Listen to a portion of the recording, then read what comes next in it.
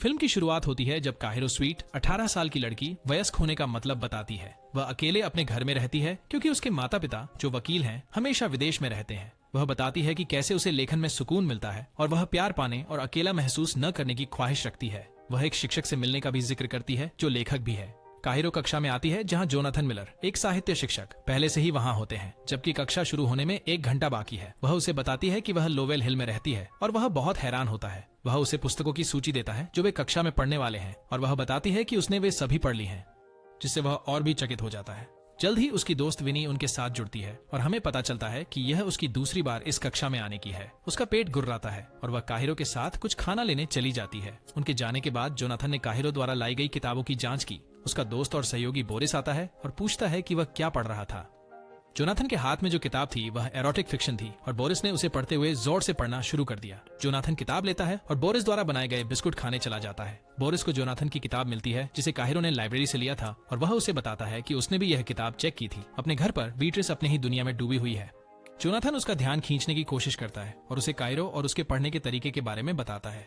वह उसे यह भी बताता है कि उसने लाइब्रेरी से उसकी किताब चेक की थी, लेकिन बीट्रिस उसका मजाक उड़ाती है। उसे एमी का कॉल आता है और जोनाथन उसे गुस्से में फोन पर बोलते हुए छोड़कर संगीत लगाने चला जाता है। वे एक पेय साझा करते हैं और जोनाथन पेरिस के छतों के नीचे नामक किताब से पंक्तियां सुनाने लगता है और उसे चूमता है। जैसे ही वे डांस करने और रोमांस करने लगते हैं, बीट्रिस का फोन बजता है और उसे जाना पड़ता है। बोरिस बुरे वीकेंड की शिकायत करता है। जैसे ही वह और जोनाथन कोर्ट पर बैठे होते हैं, वे जंगल की ओर देखते हैं और बोरिस उसे बताता है कि जंगल में भूत हो सकते हैं।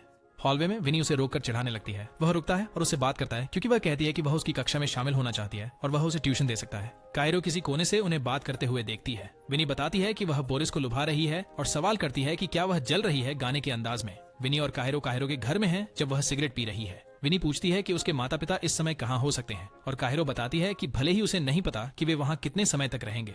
विनी काहिरो से उसे तैयार करने के लिए कहती है, यह कहते हुए कि वह स्मार्ट और हॉट दोनों हो सकती है। काहिरो ने सफेद शर्ट पहनी हुई है। येल में दाखिला लेने के लिए कहा और वह उस सवाल का जवाब नहीं दे पाई जो उसकी सबसे बड़ी उपलब्धि के बारे में पूछता है। विनी उसकी मदद करने की कोशिश करती है लेकिन वे सही उत्तर नहीं खोज पाते। अंततः वह उसे कुछ ऐसा अनुभव करने को कहती है जिसके बारे में लिखने लायक हो।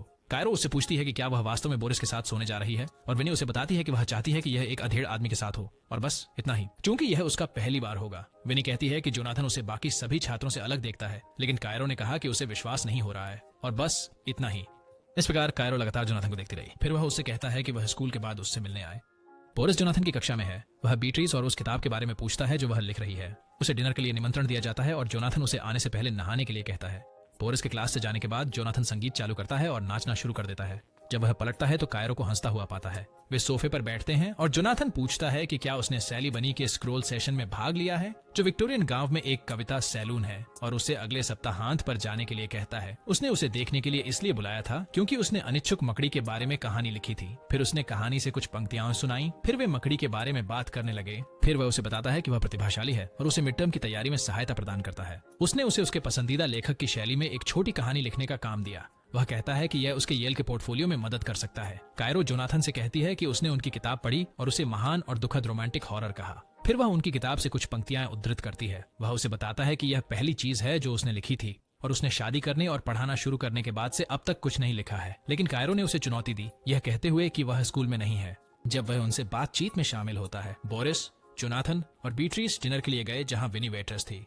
बीट्रिस पूछती है कि उनका ऑन ऑर्डर अब तक सर्व क्यों नहीं हुआ और विनी एक ड्रिंक ऑफर करती है। बोरिस और विनी एक दूसरे की ओर घृणा से देखते हैं और विनी ने जोनाथन को बोरिंग टीचर कहा, जिस पर बोरिस हंस पड़ा। जोनाथन बीट्रिस से कहता है कि वह काहिरो की दोस्त है और फिर वे उसके बारे में चर्चा करते हैं। बीट्रिस ने जोनाथन से कहा कि वह पढ़ाने में लिखने से अच्छा है और यह उसके लिए नहीं है। वे दोनों उसे बताते हैं कि यह उसके लिखने में अक्षम होने के कारण नहीं है कि वह लेखक नहीं है, बल्कि इसलिए कि उसने लिखना बंद कर दिया और टीचर बनना चुना। जोनाथन को बुरा लग गया। शनिवार को काहिरो उस कविता स्थल पर गई जिसे जोनाथन ने सुझाया था, यह उम्मीद करते हुए कि वह उसे वहां मिलेगा। जल्द ही जोनाथन वहां आ जाता है। वह पूछती है कि क्या वह वहां के सभी लोगों को जानता है और क्या जो वे कर रहे हैं वह समूह थेरेपी जैसी है। एक व्यक्ति जिसका नाम एलियट है एक नाटक का पाठ करना शुरू करता है और सभी उसे सुनते हैं। नाटक समाप्त होने के बाद जोनाथन और काहिरो बाहर थे और उसने पूछा कि क्या उसे लगा था कि यह बुरा होगा और वह हंसते हुए हाँ कहती है। जल्द ही बोरिस और जोनाथन अपनी सामान्य जगह पर बैठे होते हैं जब काहिरो उन्हें कॉफी लाती है। बोरिस उसे एक बिस्किट देता है जो उसने बनाया है और वह सुझाव देती है कि वह उसे राचेल को बेचे, कि वह किसी न किसी तरह जोनाथन की मदद करेगी। जोनाथन को बीट्राइस से एक टेक्स्ट मिलता है जिसमें सुझाव दिया गया है कि वे सप्ताहांत के लिए एक यात्रा पर जाए। काहिरा और विनी जोनाथन की कक्षा में गए जहां उन्होंने उसे जल्दी जाने की कोशिश करते हुए पाया। वह उन्हें अपनी पत्नी के साथ यात्रा के बारे में बताता है। काहिरा उससे मिड टर्म के लिए चुने हुए राइडर की मंजूरी मांगती है।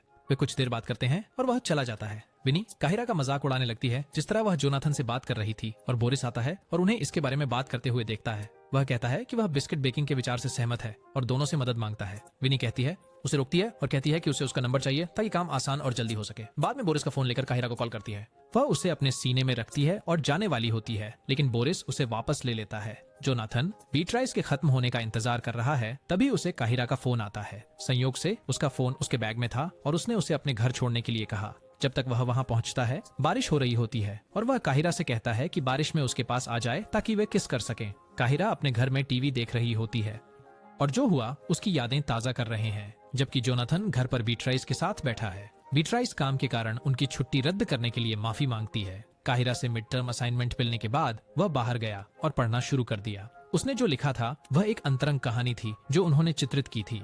जोनाथन कहानी पढ़ते हुए खुद को संतुष्ट करने लगता है। सोमवार को काहिरा जोनाथन का अपनी कक्षा में इंतजार कर रही थी और उसने उसे ठंडे अभिवादन के बाद अनदेखा कर दिया। वह उसे बताता है कि उसे एक और लेखक चुनने की जरूरत है क्योंकि उसकी कहानी अनुपयुक्त है।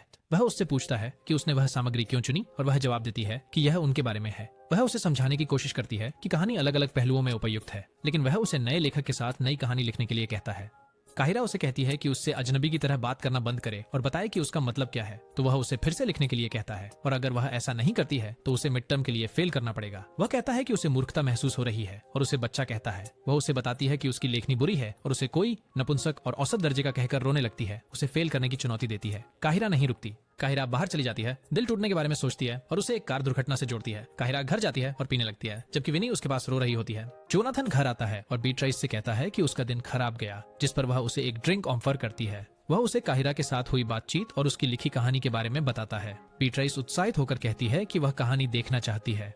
किसे पढ़ने के बाद वह जोनाथन से कहती है कि काहिरा ने उसे कहानी में कैसे वर्णित किया। काहिरा विनी से उसका ध्यान भटकाने के लिए कहता है और वह उसे बोरिस को मैसेज करने के लिए कहती है, जिससे वह कहे कि वह नशे में है और वह क्या कर रहा है। जोनाथन काहिरा की कहानी की पंक्तियां दोहराता रहता है। बियाट्रिस उसका हाथ पकड़ती है और उसे छूने के लिए मजबूर करती है। वे यह सब कर ही रहे थे जब उन्होंने देखा कि बोरिस ने दरवाजा खटखटाया और अंदर आ गया। विन्नी कैरो से कहती है कि वह चाहती है कि बोरिस उसे पसंद करे और वह चाहती है कि बोरिस उसके साथ सोए। कैरो विन्नी से कहती है कि वह बोरिस से कहे कि वह उसके साथ है, और वे वही कर रही थी जो लड़कियां अकेले होने पर करती हैं। बियाट्रिस को बोरिस अपने फोन पर मुस्कुराते दिखता है और वह किससे बात कर रहा है यह पूछती है, लेकिन वह नहीं बताता।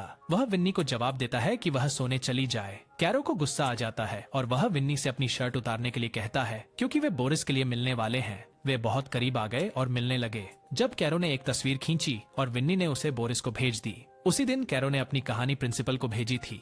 बियाट्रिस को वहां से एक कॉल आता है और वह इसे जोनाथन को देती है। बोरिस अचानक जाने का फैसला करता है। बियाट्रिस को अलविदा कहता है। जोनाथन को पता चलता है कि प्रिंसिपल को कहानी कैरो से मिली थी और वह बियाट्रिस को इसके बारे में बताता है और कहता है कि उसे लगता है कि यह कैरो ने किया है। वह कहता है कि अगर वह उन्हें यह यकीन दिला सकती है कि उनके बीच कुछ हुआ है तो उसकी नौकरी चली जाएगी। बियाट्रिस पूछती है कि क्या उनके बीच किशोरावस्था में कुछ हुआ था जो बहुत खतरनाक है और क्या उसे पता होना चाहिए कि वह क्या कर रहा है। अगले कुछ दिनों तक कैरो स्कूल नहीं आया और विन्नी बहुत उदास दिखी। उसने जोनाथन से पूछा कि क्या उसने उसे देखा है, लेकिन उसने ठंडे मन से कहा कि नहीं देखा। कैरो और जोनाथन को प्रिंसिपल जॉयस द्वारा पूछताछ की जा रही है। उनको कैरो बताता है कि उसने उसे मिड टर्म असाइनमेंट पहले ही दे दिया था और वे पहले, दौरान और बाद में कक्षा के बाद मिलते थे और साहित्य के बारे में बात करते थे। वह कहती है कि वह प्रभावित था कि उसने उसे पहचान लिया। जोनाथन जॉयस को बताता है कि कैरो बहुत प्रतिभाशाली है क्योंकि वह पाठ्यक्रम से बेहतर है। जोनाथन का दावा है कि वे एक दूसरे को जानते हैं, जैसा कि एक छात्र और शिक्षक के लिए उपयुक्त है। उसने बताया कि वह उसके फोन वापस देने के लिए उसके घर गया था और वह छुट्टी जिसके लिए वह और बीट्रिस जाने वाले थे। उसने कहा कि उसने उसे छुआ तक नहीं, और जब उसने कहानी भेजी तो उसने उसे बताया कि यह स्कूल के लिए अनुचित है। उसने लिखा, उसे एहसास हुआ कि अपनी स्थिति का बचाव करने के लिए वह कुछ नहीं कह सकता था। बोरिस जोनाथन से पूछते हैं कि क्या वह कैरो के प्यार में है, इससे पहले कि वह उसे बताती कि वह रेखा को पहचान नहीं सकता है और इसीलिए वह इसे पार कर जाता है। फिर वे बहस में पड़ जाते हैं और बोरिस वहां से चला जाता है। जोनाथन बीट्रिस से कबूल करता है कि उसे निलंबित कर दिया गया है, लेकिन जल्द ही वे झगड़ने लगते हैं और ये व्यक्तिगत हो जाता है। जोनाथन ने बीट्रिस को शराबी कहा और उसने उसे बताया कि वह उबाऊ है और इसीलिए वह पीती है। यह उनके झगड़े की शुरुआत मात्र थी। विनी कैरो से मिलने जाती है और पूछती है कि वह जोनाथन के साथ क्या कर रही है। कैरो उसे बताती है कि वह स्कूल बोर्ड के सामने उसके खिलाफ गवाही दे रही है क्योंकि उसने उससे कम आंका था। विनी उसे बताती है कि वह उसके खिलाफ गवाही देगी, लेकिन कैरो उसे और बोरिस के सबूतों से ब्लैकमेल करती है। कैरो उसे बताती है कि यह उसकी सबसे बड़ी उपलब्धि है। फिल्म खत्म होती है जब कैरो अपने बिस्तर पर खड़ी होती है और जोनाथन के साथ अपने निबंध को पढ़ती है, जबकि हम देखते हैं कि जोनाथन अपनी नौकरी खो देता है। बोरिस और विनी एक दूसरे के पास से अजनबियों की तरह गुजरते हैं और अंततः कैरो जोनाथन को स्कूल में देखती है और रोने लगती है। यद्यपि वह आहत है, उसने कहा कि उसे लगता है कि जो हुआ उसने उसे कुछ नया बना दिया है, एक नायक, एक खलनायक और एक लेखक। और इसके साथ ही फिल्म खत्म हो जाती है। हम आशा करते हैं कि आपको हमारा वीडियो पसंद आया। अगले वीडियो देखने के लिए स्क्रीन पर क्लिक करें और